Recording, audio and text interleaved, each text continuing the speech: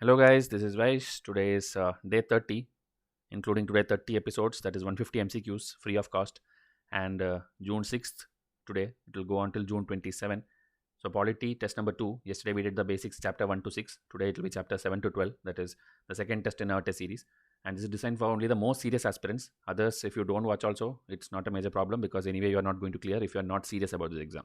But also serious, please go and watch every resource available on YouTube, whatever channel it is, but it should be genuine and it should be to the point of UPSC. Okay, so 2021, your last batch is going on. The first test will happen this week. So please come and join immediately so that you can start learning as per the 120 days schedule. Okay, that free timetable is given on day one of joining. You will be like guaranteedly covering entire syllabus. Okay, 2022 on June 10, you will get the enrollment details. All the details are anyway here in this video, but the final enrollment detail, okay, to get the timetable, that will be announced on June 10. Okay, today's first question: which of the following are part of Article 19, that is freedom of speech and expression, always in the news? So, right to demonstration and picketing, right to strike, right against bandh called by a political party or organization, freedom of silence, freedom of commercial advertisements. So, Article 19 has six freedoms, okay, given under Article 19, Clause 1. So, that will have specific names, but these are the activities which may or may not be there under that. So, which all of these are allowed? 1, 2, 3, 4, 5, 4 only, 1, 3, 4, 5, 1 and 3.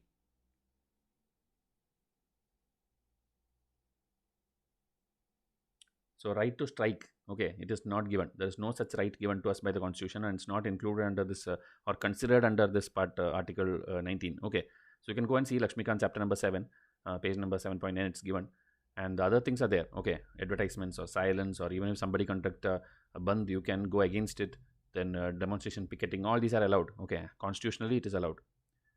What can the president do with the constitutional amendment bill which he receives for assent? He can give his assent to it.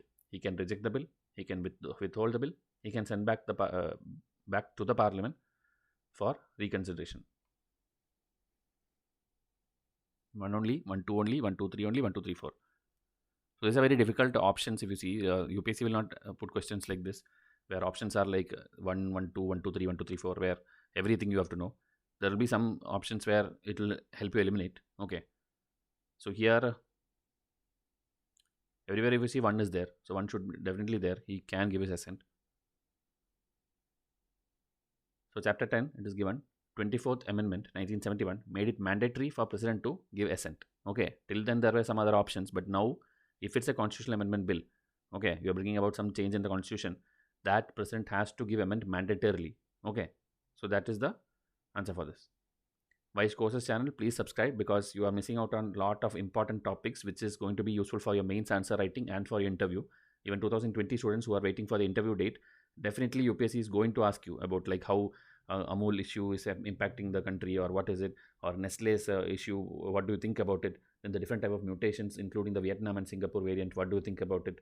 Black fungus, white fungus, everything interview they are going to ask you. Okay, because interview is not about your this thing, bookish thing. They are going to ask you what is happening or what you observe around you. Okay.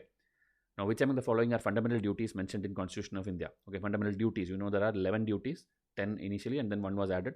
So, duty to pay taxes, duty to vote and take part in democracy, to abjure violence, to abide by the Constitution and respect its ideals like national flag, anthem, emblem, to safeguard public property. Okay, so which of them are included in the fundamental duty? Okay, this spelling is wrong. Democracy. So 1, 2, 3, 4 only, 3, 4, 5 only, 3, 5 only, and 2, 4, 5 only. So 11 fundamental duties you are expected to by heart. Fundamental rights also you are expected to by heart. Then after that DPSP will come. That also you are expected to by heart, like what is Gandhian, what is socialist, what is liberal. Okay, these are very, very basic things. Article 1 to 51A. Okay, 1 to 51A. That I am expecting every serious student to know by heart, like which article is what and what are the clauses under that. That is a 12 or I think 12 to 15 chapters of Lakshmikant you have to have by heart. Remaining you can, like, even if it's like up and down, it's okay, because majority of the UPSC question is going to come from here only. So 3, 5. So here if you see, no mention of tax or voting. So 1 and 2 will go away. Okay, in fundamental duties. But to abjure violence is there.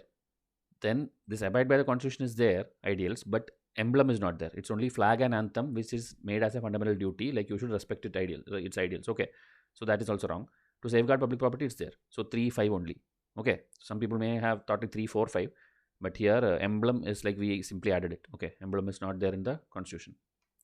Fundamental rights are not absolute but qualified. This implies what? This is a typical UPSC question where they ask you the definition, and this is an expected question. Last 3 years we have been stressing on these kind of statements.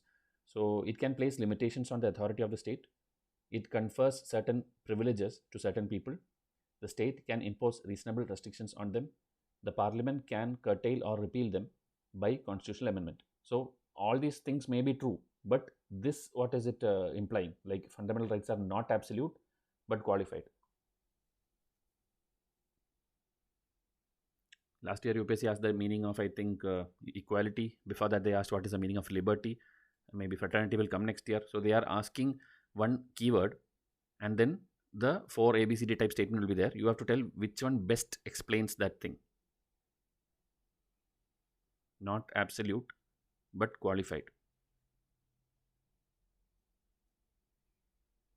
So the state can impose reasonable restrictions, meaning it is not absolute. Okay, it can be having some, like example I'll tell you, freedom of speech and expression. When you tell, it's not like you can talk whatever you want. Okay, article 19 clause 1 allows you to speak whatever you want, but article 19 clause 2 is again telling, like, if it is hurting anybody's sentiments or this morality, decency, it's going against the sovereignty of the country, it is affecting our relationship with any other country, that kind of things, if you tell, it is not allowed.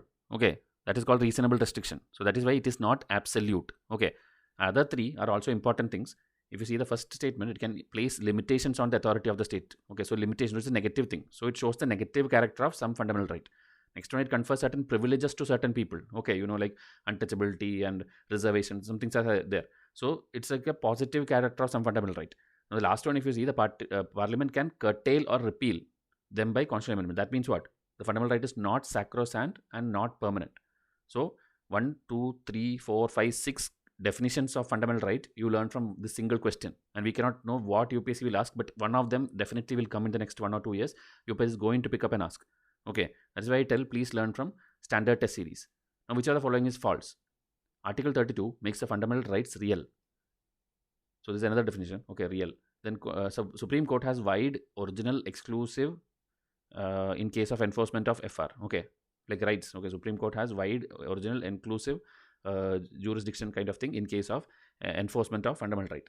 Then Supreme Court under Article 32 cannot determine a question that does not involve fundamental right. Now Parliament can empower any other court other than Supreme or High Court to issue writs.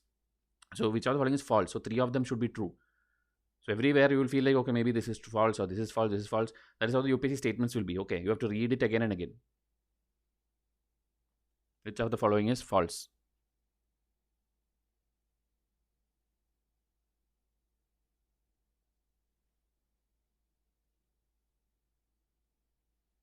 The Supreme Court has wide, original, that is true. Okay, but it does not have exclusive jurisdiction in case of enforcement of fundamental rights. Okay, High Courts also have the power. If any of your fundamental right is having a problem, you can directly go to the High Court also, you can go to the Supreme Court also. Okay, so both have original jurisdiction, wide jurisdiction, but it is not exclusive. Okay, exclusive means only that person has the power. Okay, the other things you will see, Article 32 cannot determine a question that does not involve fundamental right. Okay, so Article 32 is specific for that. Okay, for fundamental right related issues. But if you see High Court jurisdiction, that is different thing. But here in this statement, this is true only. Then Parliament can empower any other court. Okay, that is also true. Even though it may not do that, but it is there. Okay, it's allowed. Then Article 32 makes the fundamental rights real. Okay, Article 32, already yesterday's video also I told, right to constitutional remedies. Okay, subscribe to the channel if you are new to this channel. And the test series, please come and contact us. This is available only for few days, the offers and installments. After that, we will be closing it. So thank you and have a nice day.